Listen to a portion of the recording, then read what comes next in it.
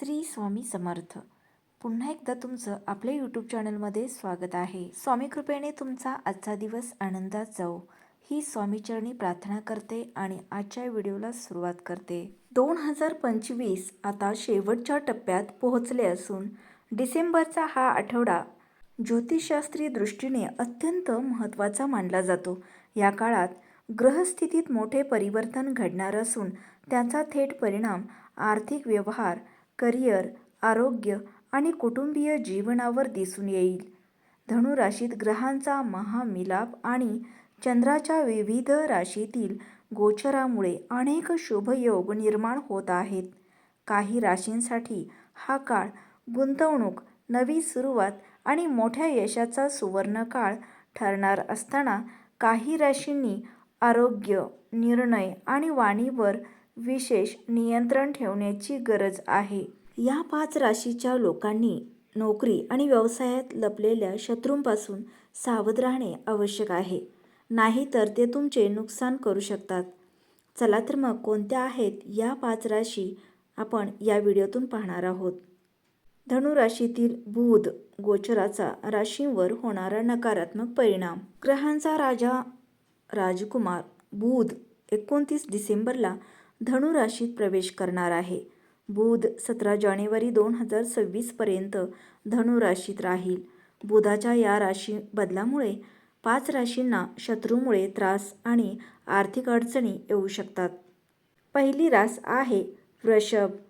बुधाचे गोचर वृषभ राशीच्या लोकांसाठी काही बाबतीत अशुभ ठरू शकते. मात्र काही आरोग्याच्या समस्या उद्भवू शकतात, जसे की औषधांचा दुष्परिणाम आणि त्वचेची ॲलर्जी. कामाच्या ठिकाणी कोणत्याही कट कारस्थानाला बळी पडू नका. धनलाभ होईल आणि अडकलेले पैसे परत मिळतील. तुम्ही महागड्या वस्तू खरेदी करू शकता. विद्यार्थ्यांसाठी हा काळ अनुकूल आहे. या राशीच्या कुंडलीत शनी 11व्या भावात विराजमान असतील. भाग्याची पूर्ण साथ मिळाल्यामुळे या गोचर काळात वृषभ राशीच्या लोकांना धनलाभ होण्याचे आणि उत्पन्न वाढण्याचे मजबूत योग तयार होत आहेत. 11वा भाव हा इच्छा पूर्ण होण्याचा भाव मानला जातो. त्यामुळे या काळात तुमच्या अनेक जुन्या आणि अडकलेल्या इच्छा पूर्ण होऊ शकतात. शनी महाराज कर्मभावाचे स्वामी असून जेव्हा ते एकादश भावात येतात तेव्हा या राशीच्या लोकांना त्यांच्या मेहनतीचे योग्य आणि न्याय फळ मिळू लागते. या काळात अचानक धनलाभ, उत्पन्नाचे नवीन मार्ग आणि आर्थिक स्थिरता मिळण्याचे स्पष्ट संकेत दिसून येतात. नोकरी करणाऱ्या लोकांसाठी हा काळ खूपच अनुकूल राहील. प्रमोशनमध्ये येणारे अडथळे दूर होऊ शकतात. बराच काळ रखडलेले कौतुक मिळू शकते. तसेच पगारवाढ, इन्क्रिमेंट किंवा एरियर मिळण्याचीही शक्यता आहे. काही लोकांना अधिक चांगल्या पॅकेजची नवीन नोकरीही मिळू शकते. अडकलेले पैसे परत मिळण्याचे योग आहेत. शनीची दृष्टी संतान भावावर राहणार आहे. त्यामुळे संतान प्राप्तीबरोबरच संतानाच्या करिअरमध्ये यश मिळण्याचे भाग्यही मजबूत होईल. शनीची दृष्टी लग्न भावावर पडल्यामुळे मानसिक नकारात्मकता, खचलेपण आणि निराशा कमी होईल. दुसरी रास आहे कर्क. आरोग्याच्या दृष्टीने कर्क राशीच्या लोकांसाठी बुधाचे गोचर काहीसे प्रतिकूल राहील. लपलेल्या शत्रूंपासून सावध राहा. तुमचेच लोक तुम्हाला कमी लेखण्यात काहीही कमी ठेवणार नाहीत. घर किंवा मालमत्ता खरेदी करण्यासाठी हा चांगला काळ आहे. त्याचा फायदा घ्या. या काळात केलेले व्यावसायिक प्रवास फायदेशीर ठरतील. मासिके, लेखन आणि छपाई व्यवसायाशी संबंधित लोकांना अपेक्षेपेक्षा जास्त आर्थिक लाभ होईल. कामाच्या ठिकाणी असलेला तणाव कमी होईल. मेहनतीचे योग्य फळ मिळेल आणि प्रमोशन किंवा कौतुक मिळण्याचे योग बनतील. कर्ज किंवा आर्थिक तणावातून बाहेर पडण्याचे मार्ग खुलतील आणि अडकलेले पैसे मिळण्याचीही दाट शक्यता आहे. शनी शत्रूंचा नाश करणारे मानले जातात. त्यामुळे लपलेले किंवा उघड शत्रू नुकसान करू शकणार नाहीत. तसेच प्रॉपर्टी, घर, वाहन आणि कर्जाशी संबंधित कामामध्येही सुधारणा होईल. मात्र आरोग्याची विशेष काळजी घेणे आवश्यक आहे. त्यानंतरची तिसरी रास आहे धनु.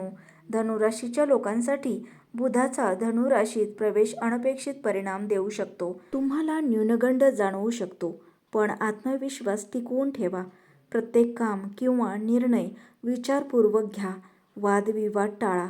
न्यायालयीन प्रकरणे बाहेरच सोडवणे अधिक चांगले राहील. वैवाहिक जीवन सामान्य राहील. शिक्षण क्षेत्राशी संबंधित लोकांसाठी हा काळ अनुकूल असेल. यानंतरची रास आहे मकर. मकर राशीच्या लोकांसाठी खर्च भावात बुधाचे गोचर आर्थिक ताण निर्माण करू शकते. त्यामुळे अनावश्यक खर्च कमी करा. अपघात टाळण्यासाठी प्रवास करताना काळजी घ्या. न्यायालयीन प्रकरणात तुम्हाला यश मिळेल. कामाच्या ठिकाणी वरिष्ठांशी मधुर संबंध ठेवा. आपल्या आरोग्याकडे विशेषतः डाव्या डोळ्याची काळजी घ्या. भागीदारीतील व्यवसाय वाढवण्यासाठी हा काळ खूपच शुभ आहे. पुढची रास आहे कन्या. बुधाचे गोचर कन्या राशीच्या लोकांसाठी संमिश्र परिणाम घेऊन येईल. कधी कधी कामात अडथळे जाणवतील, पण हे अडथळे जास्त काळ टिकणार नाहीत. आपली ऊर्जा पूर्णपणे वापरा आणि एकाग्र राहा. यश मिळण्याची शक्यता जास्त आहे. तुमचे आरोग्यही चांगले राहील. या काळात सरकारी नोकरीत पदोन्नती मिळण्याची शक्यता आहे.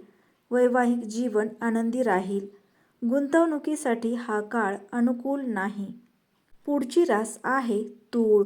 बुधाचे गोचर तुला राशीच्या लोकांसाठी संमिश्र परिणाम घेऊन येईल. यामुळे तुम्हाला थोडा आळस येईल, पण परदेशाशी संबंधित कामातून फायदा होईल. जर तुम्हाला एखाद्या परदेशी कंपनीत नोकरीसाठी अर्ज करायचा असेल तर ही उत्तम संधी आहे. बुध तुमच्यासाठी आर्थिकदृष्ट्या फायदेशीर ठरेल. व्यवहार आणि गुंतवणुकीसाठी हा काळ शुभ आहे. जीवनसाथीकडून एखादे भेटवस्तू मिळू शकते. विद्यार्थ्यांना यश मिळण्याचे योग आहेत. एखाद्या अनुभवी आणि वरिष्ठ व्यक्तीचे सहकार्य व मार्गदर्शन मिळाल्याने यश प्राप्त होत आहे. नोकरीत सहकाऱ्यांसोबत एकत्र काम केल्याचा फायदा होत आहे. आज तुम्ही लहान किंवा लांब पल्ल्याच्या प्रवासालाही जाऊ शकता. कुटुंबात परस्पर समजूत आणि प्रेम टिकून आहे. संततीकडूनही आज आनंदाची भावना मिळत आहे. तर स्वामी भक्तांनो, आजचा व्हिडिओ आवडल्यास लाईक करा, शेअर करा. चॅनेलवर नवीन असाल तर चॅनेलला सबस्क्राईब करा. पुन्हा भेटूयात अशाच एका नवीन व्हिडिओसोबत. तोपर्यंत श्री स्वामी समर्थ.